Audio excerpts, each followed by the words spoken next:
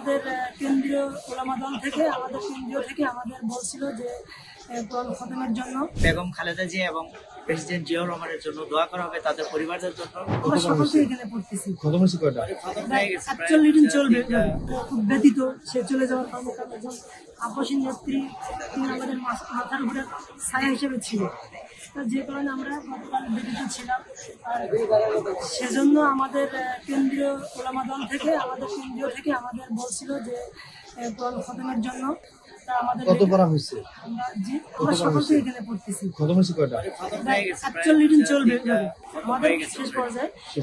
41 দিন এভাবে চলবে। আমাদের একটা নিউজ এভাবে আসছে। এখনো 41 দিন প্রতিদিন আপনারা এখানে পড়াশোনা করবেন? স্টেজ হবে সেখানে, কিন্তু আমাদের এখানে কনফার্ম হয় না এখনো। আমাদের উপর থেকে লিডাররা জানাবে সেটা।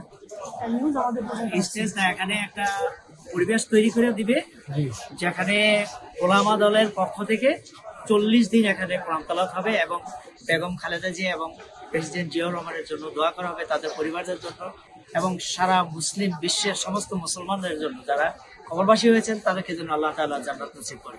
এই জন্য 40 দিনের জন্য একটা প্রোগ্রাম হাতে নেওয়া হয়েছে ওলামা দলের কেন্দ্রীয় কমিটির পক্ষ থেকে এবং জাতীয়তাবাদী বিএনপির পক্ষ থেকে। এখানে আমরা ইনশাআল্লাহ। আপনারা এখন কোথায় যাচ্ছেন?